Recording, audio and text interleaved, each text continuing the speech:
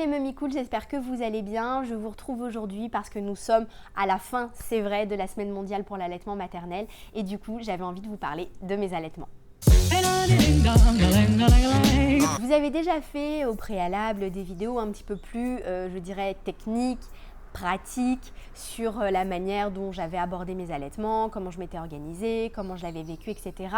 Aujourd'hui, j'avais plus envie de vous raconter mes allaitements parce qu'aujourd'hui, j'ai 2 enfants, Alma qui a 5 ans, qui a été allaitée pendant 15 mois et Hugo qui a 15 mois et qui est toujours allaité. Je vous préviens tout de suite, c'est une vidéo qui risque d'être un petit peu longue parce que dès que je commence à raconter ma vie, on ne m'arrête plus. Donc je vous invite à faire comme moi-même.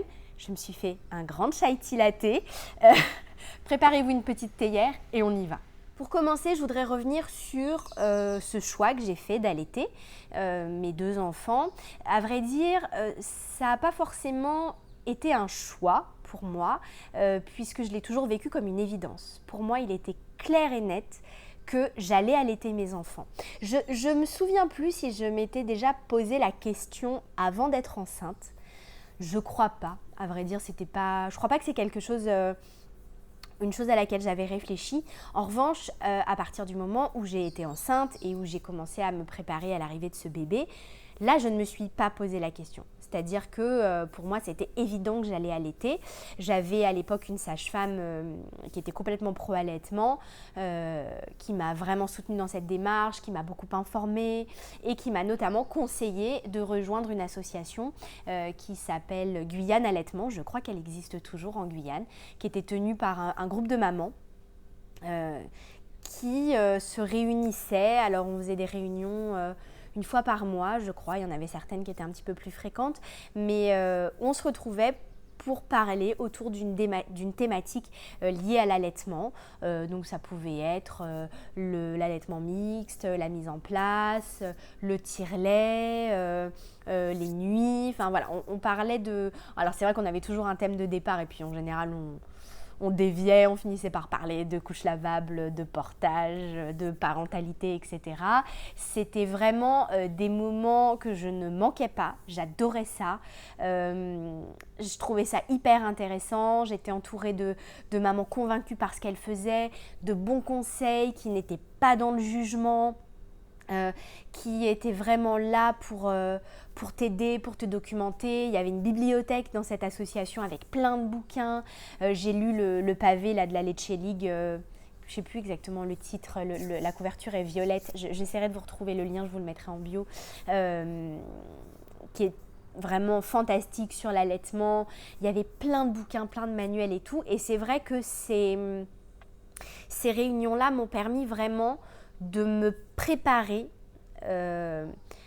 physiquement et psychologiquement, c'est-à-dire que je savais ce qui fonctionnerait, ce qui ne fonctionnerait pas. On nous avait parlé des positions d'allaitement, on nous avait prévenu pour les crevasses, les mastites, qu'est-ce qu'il fallait faire, est-ce qu'il y a des produits à utiliser, comment entretenir ses bouts de sein, est-ce que c'est nécessaire de se laver tout le temps, de ne pas se laver tout le temps et tout. Et c'était vraiment, vraiment pour moi ça a été extrêmement instructif et je suis sortie de ces réunions-là, je veux dire quand j'ai accouché, j'étais droite dans mes bottes, je savais ce que je voulais, je savais que je voulais allaiter, c'était vraiment une conviction inébranlable et j'étais même parée, on avait même discuté des gens qui allaient te sortir des sales réflexions, contre le personnel hospitalier qui allait vouloir donner des compléments et tout. On avait vraiment parlé de tout et on était, je sais pas comment vous dire, un genre de sororité quoi. On était là, on se serrait les coudes et j'ai accouché en même temps qu'une autre maman, à peu près, hein, je crois qu'elle venait d'accoucher le jour où moi j'ai quitté la maternité et on était vraiment comme ça et on continuait à se voir après et tout. Et vraiment, ça, c'est un truc que je vous conseille de faire parce que c'est hyper fort comme truc. Il y a forcément une association d'accompagnement à l'allaitement près de chez vous, une organisation avec une animatrice de la Leche League et tout ça. Mais vraiment, faites-le. Si vous savez que vous avez envie d'allaiter ou si vous vous posez la question, vous ne savez pas trop, allez dans ces réunions-là parce que ça va vous convaincre, vraiment ça va vous convaincre, ça va vous donner toutes les armes pour vous en sortir et Et voilà, je suis un petit peu très enthousiaste en vous parlant de ça, mais je vous assure que pour moi, ça a fait 80 ou 90% du boulot. J'avais vraiment cette conviction que je voulais allaiter, que je ne voulais pas que mes enfants aient du lait en poudre, parce que déjà à l'époque, je me méfiais des produits transformés, des produits trop industrialisés, etc. Il y avait déjà eu 1 ou 2 scandales sur du lait en poudre, un bébé qui était mort et tout, et moi c'était niette quoi. Et puis en plus, je l'ai suffisamment répété sur cette chaîne, je ne vois pas pourquoi je donnerais à mon bébé, qui est un bébé humain, du lait d'un autre animal. Voilà. Pour moi, c'est d'un autre mammifère. Pour moi, c'était juste pas envisageable. Ça me dépasse, quoi. Ça me dépasse complètement. Du coup, je voulais vous parler dans un deuxième temps de comment je me suis préparée, mais au final, le pourquoi et la prépa se sont complètement mélangés. Donc ouais, pour moi, c'était vraiment la conviction d'allaiter. Elle était là, elle était ultra présente, elle était très installée et surtout, elle était construite sur des bases solides. J'étais entourée de ma sage-femme, de cette association et je savais que si un jour je doutais, si un jour je me sentais faiblir, et bah paf, je pouvais me rapprocher de ces 2 entités et que voilà, je serais repartie quoi, sans problème. C'est un peu comme ça que je me suis lancée donc, dans le premier allaitement de ma fille, qui a pas forcément démarré comme je l'aurais voulu, mais ça je m'en suis rendu compte a posteriori. C'est vrai que dans toute cette préparation que j'avais suivie, on nous avait bien dit que c'était hyper important de mettre bébé au sein tout de suite après l'accouchement. Ce que je voulais faire et en salle d'accouchement on m'a pas laissé, on m'a dit non, il faut qu'on la pèse d'abord, machin, nanana, nanana. Ce qui fait que Alma après elle dormait, elle était fatiguée, etc. Et elle n'a tété que 2 heures après mon accouchement.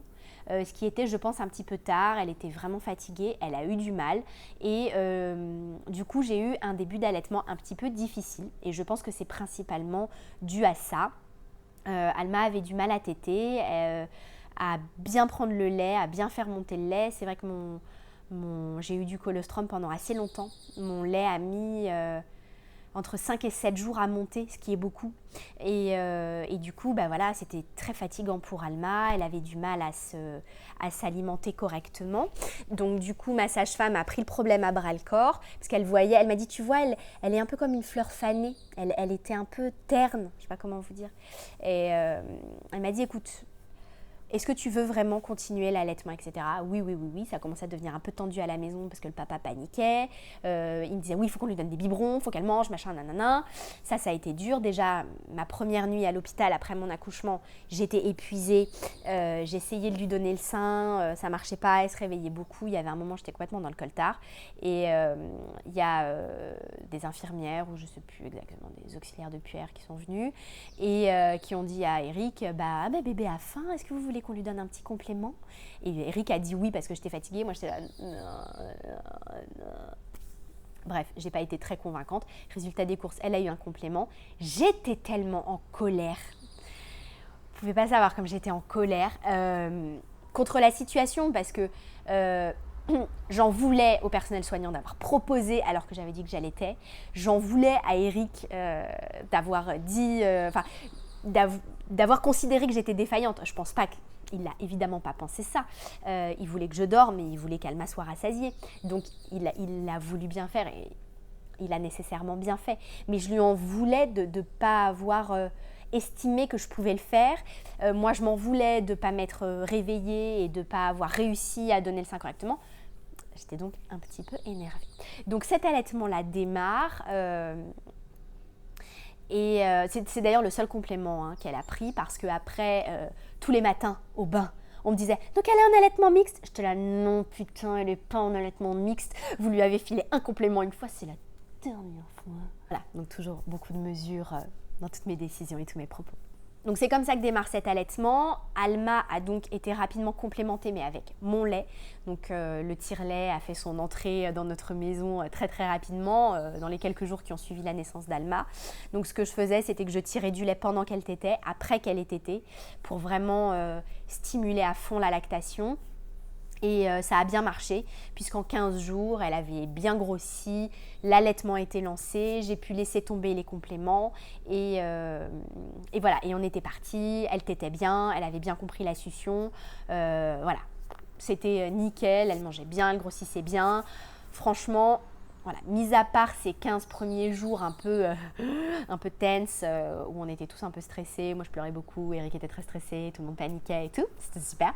Mais on en est sorti parce que, encore une fois, j'étais vraiment convaincue de mon truc. Pour ce qui est des sensations physiques, j'ai eu des crevasses, ces 15 premiers jours. J'ai eu des crevasses. Alors j'avais beau mettre, j'ai mis du petit baume Lancino, là, vous savez, la lanoline, que j'ai pas du tout aimé. J'ai trouvé ça hyper gras. J'avais l'impression d'avoir les bouts de seins qui étouffaient. Ça tache les fringues et tout, c'était l'enfer. J'ai après utilisé un baume Palmer's au cacao que j'ai adoré, qui était super fin, qui pénétrait bien, qui hydratait bien, qui sentait bon le chocolat, qui pourrissait pas mes sous-vêtements et tout. Celui-là, je l'ai adoré. Et puis, parce que je trouvais que c'était pas assez en fait. J'exprimais un petit peu de lait en fin de tétée pour masser mes bouts de seins, mais c'était pas assez. J'ai utilisé à un moment, parce que j'avais vraiment trop mal, des petits bouts de seins, vous savez, les petits embouts en silicone. J'essayais de pas le faire à chaque tétée, etc. Mais ça m'a quand même bien aidé à récupérer mes crevasses. Mais en revanche, j'ai jamais eu des trucs vraiment hardcore qui m'ont empêché complètement d'allaiter, quoi. Non, ça jamais. Pour mon deuxième allaitement, ça a été radicalement différent. Hugo a été au sein tout de suite. Il est sorti, le placenta aussi, il est parti pour ses soins. Hop, tout de suite, je l'avais récupéré.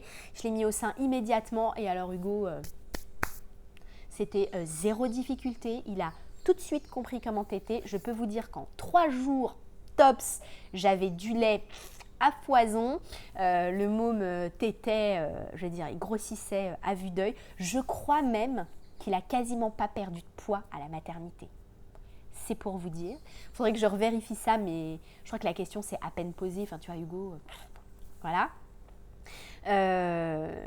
Non, alors là, pour le coup, vraiment, Hugo, ça a été début d'allaitement idyllique. Les infirmières à la maternité venaient me voir. Alors, l'allaitement, comment ça se passe? J'étais là, super. Je me dis, oh, ça fait du bien parce que vous êtes un petit peu la seule du service en ce moment.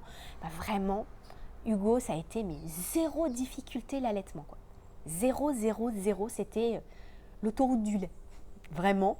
Là, pour le coup, pour lui, j'ai pas du tout utilisé de crème. J'ai pas du tout acheté de crème. J'avais acheté des coquillages d'allaitement que j'ai portés non-stop pendant 15 jours. C'est pas conseillé de le faire, mais moi je l'ai fait parce qu'il n'y avait que ça qui me soulageait.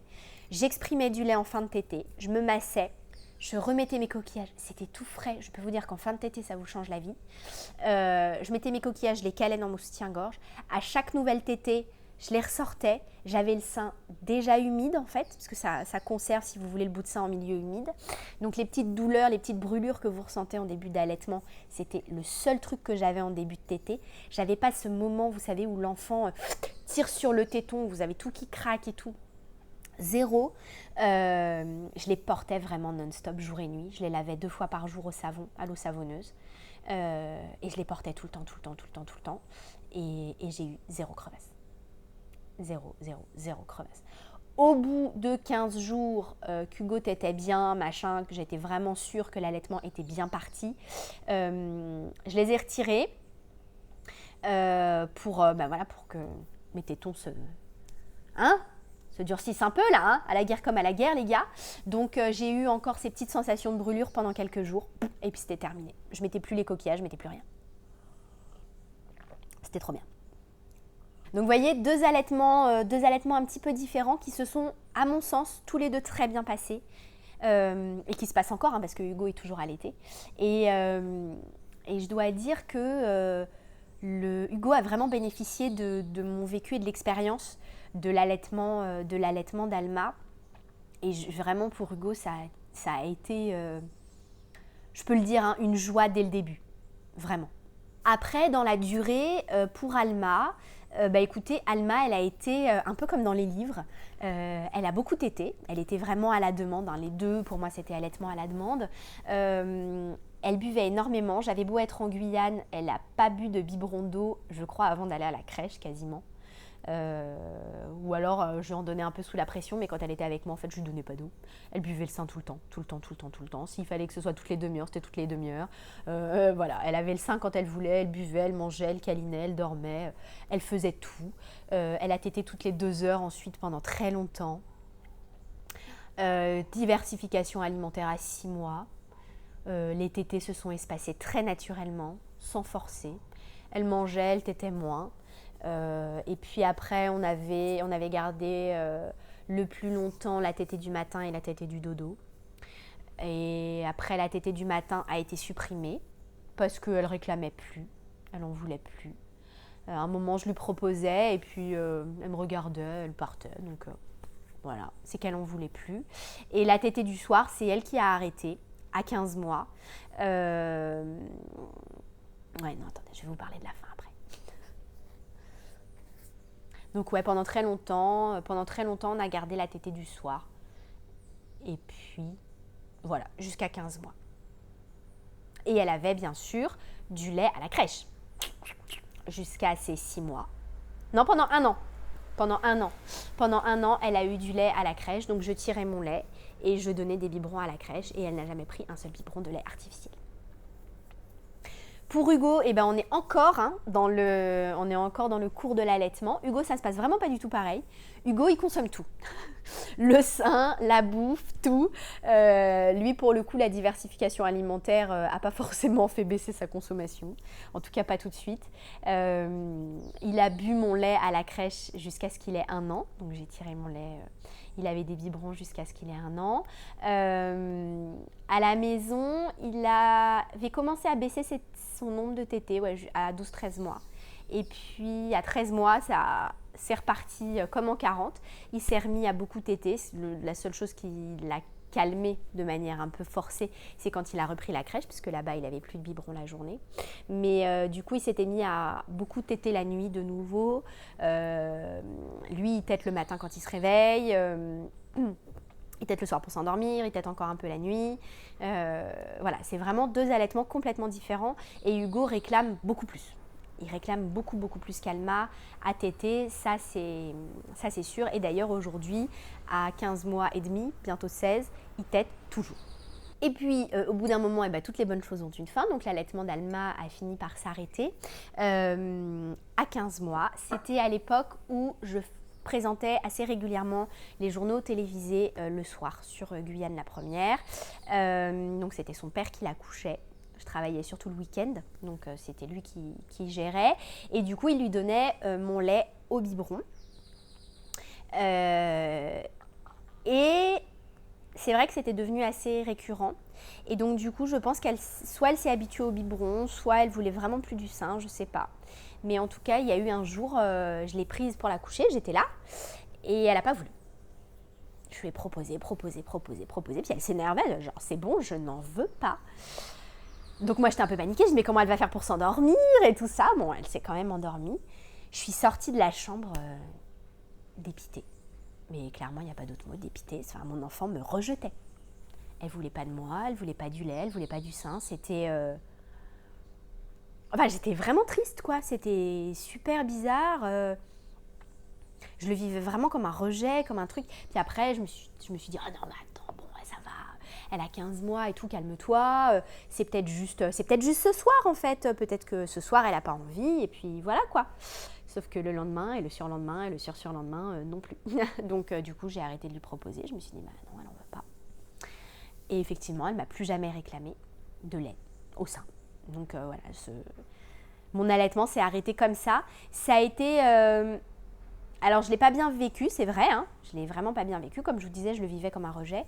Mais ça n'a pas duré longtemps parce que, assez rapidement, je me suis dit, au final, c'est son choix.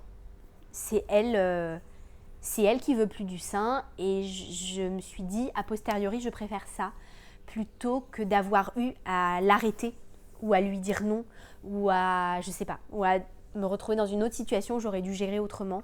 Et au final, je me suis rendu compte que j'étais contente de ça. J'étais contente qu'elle ait fait son choix, que je l'accepte, que voilà, j'étais contente de tout ça. Et honnêtement, c'est un allaitement qui a été très beau et qui s'est très bien terminé. Celui d'Hugo, eh ben, il est toujours en cours hein, et à mon avis, il est loin d'être fini parce que Hugo réclame encore beaucoup le sein, il tète beaucoup. Je vous le disais, hein, il tète pour se réveiller, il tète pour s'endormir, il tète encore 1 à 2 fois la nuit. Et la journée, quand je le récupère de la crèche, dès que je le prends dans les bras quand j'arrive dans sa section, la première chose qu'il me dit, c'est tété. Tété. Ça, il n'y a aucun problème. Oui, parce que je fais un tout petit peu de langue des signes avec Hugo. Et si vous voulez, il a appris les signes essentiels. Donc, à table, c'est encore et tété. Voilà, c'est les 2 principaux qu'il utilise. Donc, ouais, l'allaitement d'Hugo est toujours en cours et pour l'instant, je ne réfléchis pas à une fin. Il est encore petit, il a que 15 mois. Moi, j'espérais allaiter Alma au moins jusqu'à ce qu'elle ait 2 ans. Elle s'est arrêtée avant. Hugo, on va voir. Je ne sais pas si moi j'en aurais marre à un moment. C'est vrai que je ne suis pas sûre d'avoir envie d'allaiter très longtemps. Je sais qu'il y a des mamans qui allaitent jusqu'à 3, 4, 5 ans. Moi, je ne sais pas si j'aurais envie de ça. Aujourd'hui, j'en sais rien. Pour l'instant, je vous avoue que j'y réfléchis pas. Je laisse venir. Je verrai. C'est vrai que si Hugo tète jusqu'à au moins 2 ans, je trouve ça bien. S'il veut s'arrêter avant, il s'arrêtera avant. Et si ça dure plus longtemps, j'aviserai le moment venu. J'avais commencé à vous le dire tout à l'heure en parlant des débuts de l'allaitement d'Hugo. Allaiter est, je trouve, une grande source de joie pour plusieurs raisons. D'abord parce que je pense qu'en tant que maman, on est faite pour ça. On est faite pour accoucher, on est faite pour nourrir nos enfants, on est faite pour, on est faite pour porter la vie et on est faite pour gérer la vie de bout en bout. Et je pense que allaiter fait partie de nos attributions de mère. Après, je sais que ce n'est pas le cas pour tout le monde, hein. Il y en a certaines qui estiment que donner le biberon revient au même, ce qui est d'ailleurs le cas parce que notre attribution, c'est de nourrir nos enfants. Donc, on le fait. Peu importe la manière, on le fait. Moi, je trouve que la plus simple et la plus logique, c'est de donner le sein parce que c'est le lait qui est fait pour eux. Et en plus, si vous voulez, le lait maternel a des avantages pour tout le monde. C'est-à-dire que ça a des avantages pour l'enfant qui reçoit les nutriments, la chaleur, le réconfort, l'odeur, tout ce qu'implique le moment de la tétée en fait. Parce que c'est pas juste un moment nourricier. Alimentaire, c'est un moment nourricier pour l'âme, pour les émotions, pour la confiance, pour la sécurité. L'enfant se nourrit de tout ça, il boit vraiment tout ça auprès de sa mère. C'est très bénéfique pour nous en tant que mère, hein, parce qu'il y a plein de chiffres aujourd'hui qui le prouvent.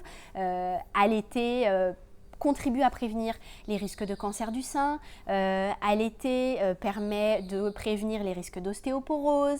Il y a plein de bénéfices pour nous. Ça permet de perdre du poids après l'accouchement, si on veut être purement trivial. Il y a beaucoup de choses qui font que c'est en fait donnant-donnant. On donne à notre bébé et notre bébé nous rend en provoquant des choses dans notre corps qui nous servent et qui nous font du bien. Donc moi, je trouve que c'est vraiment un truc incroyable de la nature. Pour ça, je trouve ça fantastique. C'est un lien avec l'enfant qui est incroyable. C'est pour moi une véritable source de fierté. Enfin, moi, je tire toujours d'ailleurs une fierté de produire l'alimentation de mon enfant. Enfin, genre, c'est moi qui le fais, quoi. C'est moi qui le fais, c'est moi qui lui donne, c'est moi qui fait attention à ce que je mange pour que lui mange bien. Je veux dire c'est moi qui le fais, quoi. Oui, allaiter, c'est une vraie source de joie. C'est une vraie source de joie et je le vois notamment quand Alma le faisait et Hugo le fait. Je trouve ça très frappant sur les bébés qui marchent, les enfants qui marchent. Ils viennent sur vous, ils tètent.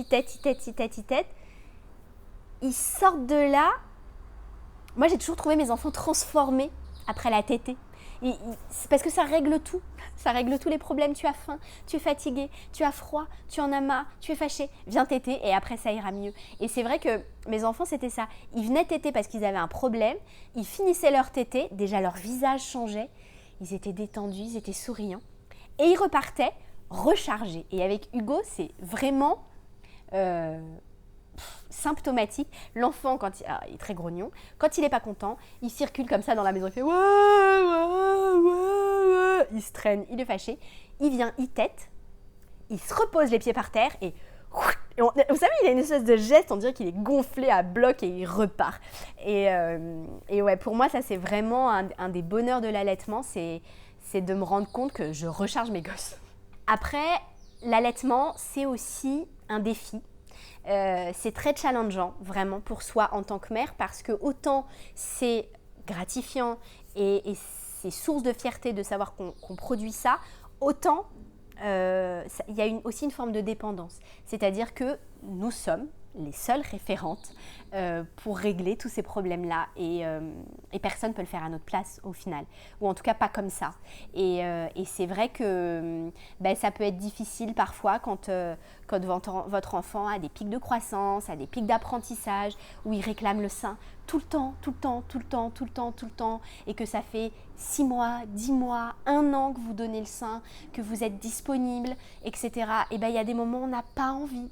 On n'a pas envie parce qu'on a envie de faire autre chose, parce qu'on a l'impression d'être l'esclave de son enfant, parce qu'on a envie de dormir, parce qu'on a envie de pouvoir passer à table et pas de donner le sein. Il y a des moments comme ça où tu aimerais faire autre chose, quoi. Où tu te dis, punaise, c'est bon, là, j'ai donné, tu veux pas régler ce problème autrement, tu veux pas te satisfaire autrement. Et en fait, non, l'enfant, il a besoin de vous parce que vous êtes sa mère et parce que vous lui donnez le sein et parce que vous avez fait le choix d'allaiter. Donc, même si vous avez ces moments de down où vous êtes là... là, ça me saoule en fait. Là, ça me saoule. Et vous vous dites, punaise, si je pouvais juste lui flanquer un biberon, là, ça serait réglé. Mais vous n'avez pas envie de le faire non plus. Donc, c'est aussi... il y a des moments comme ça de contradiction, de trop plein de trucs. Parce qu'à un moment, on est aussi des êtres humains et on a envie de récupérer notre corps et d'avoir notre propre vie. Et voilà, c'est prenant quand même l'allaitement. Hein, c'est un truc, c'est d'une grande richesse, mais c'est quand même super prenant. Et il y a des moments où on a envie de tout envoyer bouler, clairement. Sauf que on le fait pas en fait. On le fait pas parce que si on le fait pas, culpabilité. C'est ça aussi être mère, culpabilité. Je ne vous apprends rien.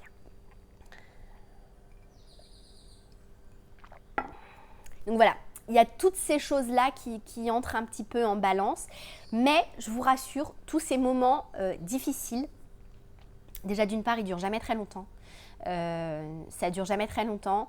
Vous vous ressaisissez très vite en vous disant, bon écoute, tu as fait ce choix. Petit 1, tu l'assumes. Petit 2, ton enfant a besoin de toi. Petit 3, ça ne va pas durer des années. Un jour, il ira à la fac. Aie confiance. Ce sont des petites difficultés qu'il faut surmonter, il faut réussir à les surmonter, c'est vrai. Mais honnêtement, moi si je fais le bilan, si je regarde un petit peu en arrière, les moments difficiles comparativement aux moments heureux, il n'y en a franchement pas beaucoup. Et d'ailleurs, j'avoue que je ne m'en souviens pas hyper précisément. Après, il y a aussi les difficultés physiques, parce qu'il ne faut pas les perdre de vue.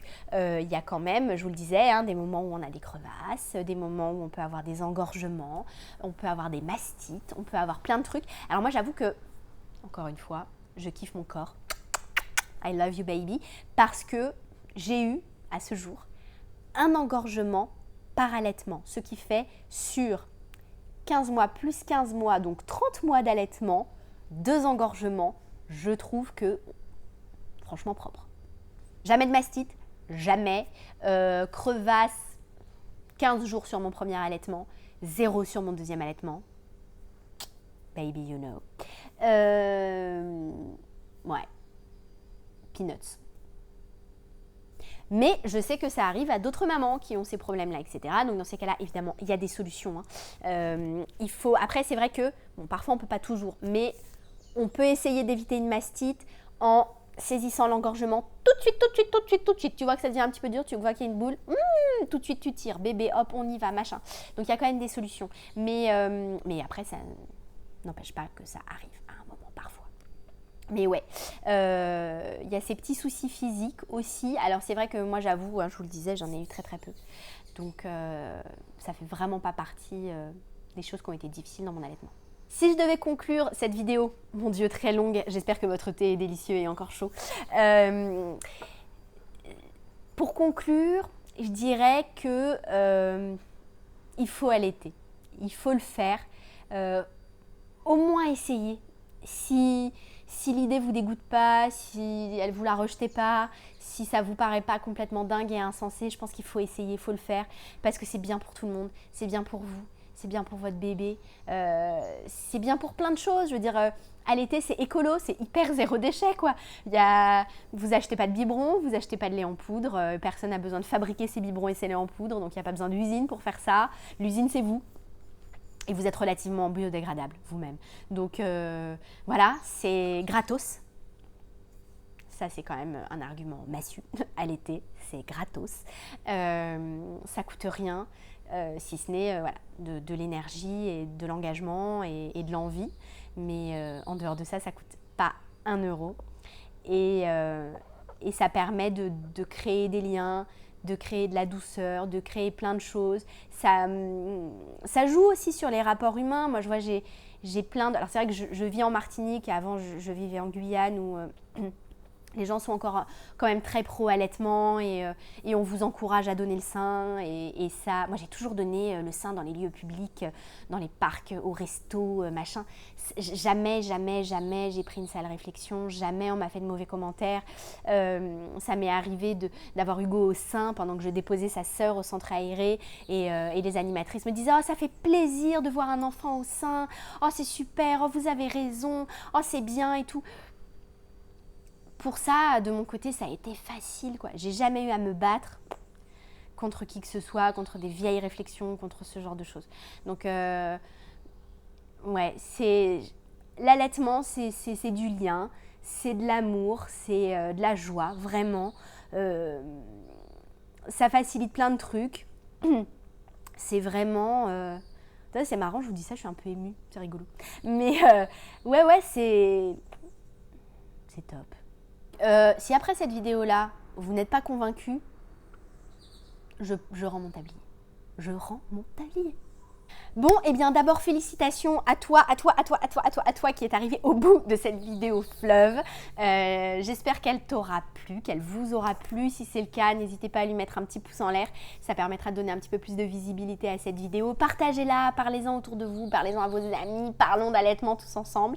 Et puis voilà, n'hésitez pas, encore une fois, comme vous le faites toujours si bien, à partager votre sentiment, vos questions, tout ce que vous voulez en dessous, en commentaire. Vous êtes ici chez vous.